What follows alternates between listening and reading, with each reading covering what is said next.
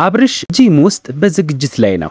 ደስታ ደግሞ በዳኒና በሜሪ ግፊት ትልቅ አጣብቂ። ሰላም ጤና ይስጥልን የቻናሌ ቤተሰቦች፣ ዛሬ እጅግ የሚያስደነግጥና ያልተጠበቀ መረጃ ይዘንላችሁ ቀርበናል። አብርሽ በጂም ውስጥ በዝግጅት ላይ ነው። ደስታ ደግሞ በዳኒና በሜሪ ግፊት አጣብቂኝ ውስጥ ገብቷል። ሩታ ያስደነገጣት የዳኒና የሜሪ የቤት ውስጥ ሴራ ምንድነው? አብርሽስ ለምን ተቀጣ? እስከ መጨረሻው አብራችሁን ቆዩ። ቻናሌን ሰብስክራይብ ያላደረጋችሁ ሰብስክራይብ በማድረግ ቤተሰብ ሁኑ እያልኩኝ ቪዲዮውን ላይክ በማድረግ ጀምሮ እያልኩ ወደ መረጃችን ስንገባ ትላንት በወጣው መረጃ መሰረት ዳኒና ሜሪ አንድ ያልተጠበቀ ሐሳብ አቅርበዋል። ይሄውም ደስታ በቀጥታ ወደ ሩታ ቤት ገብተ መኖር እንዲጀምር ነው። ይሄ ቤት ደግሞ አብርሽና ሩታ አብረው የኖሩበት ልጃቸውን ደግሞ የሚያሳደጉበት ቤት በመሆኑ ነገሩ እጅግ ውስብስብ ያደርገዋል። ዳኒና ሜሪ ይህንን ለምን ፈለጉ? መረጃዎች እንደሚያመለክቱት ከሆነ ይሄ ትልቅ ወጥመድ ነው። አብርሽ የኖረበት ልጁ ባለበት ቤት ሌላ ወንድ ሲገባ ሲያይ በንዴት ተገፋፍቶ ደስታ ላይ ጥቃት እንዲፈጽም፣ በዛም ምክንያት አብርሽ በሕግ እንዲጠየቅና ከመንገዳቸው እንዲወገድ የታቀደ ሴራ ይመስላል። ብዙዎቻችን ከዚህ በፊት እንደተናገርነው ዳኒም ሜሪም የሚያደርጋቸው ነገሮች በአጠቃላይ ሩታንና አብርሽን ለመለያየት የሚደረግ ነገር ስለሆነ ሁላችንም እናውቃለን፣ እስካሁን ድረስም ተረድተናል ብዬ አስባለሁ። ነገር ግን እነሱ እንዳሰቡት አልሆነም።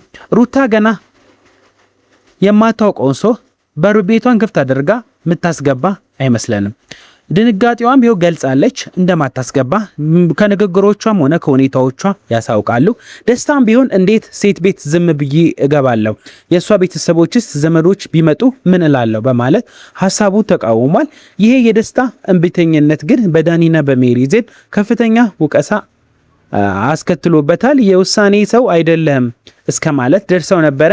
እስከዛሬ ድረስ ደስታ ያደረገው ነገር ሁሉም ከዛሬዎቹ ነገሮች በአጠቃላይ ዛሬ ያደረገው ነገር በጣም ደስ የሚል ነገር ነው ያደረገው። በእነሱ ውሳኔ ውስጥ አለመግባቱ ጥሩ ነው ብለን እናምናለን። በሌላ በኩል አብርሽ በጂም ውስጥ ራሱን እያጠነከረ ይገኛል። አብርሽ ቀደም ሲል ቤት ጥሎ ሲወጣ ለሩታ የሰጣት አንድ ትልቅ አደራ ነበረ። እኔም ሌላ ሰው አላመጣም፣ አንቺም እንዳታመጪ፣ ልጃችን በክብር ማደግ አለበት የሚል። አሁን ግን ይህ ስምምነት ሊፈርስ መሆኑ አብርሽ እልህ ውስጥም የከተቶታል ብለን እናስባለን።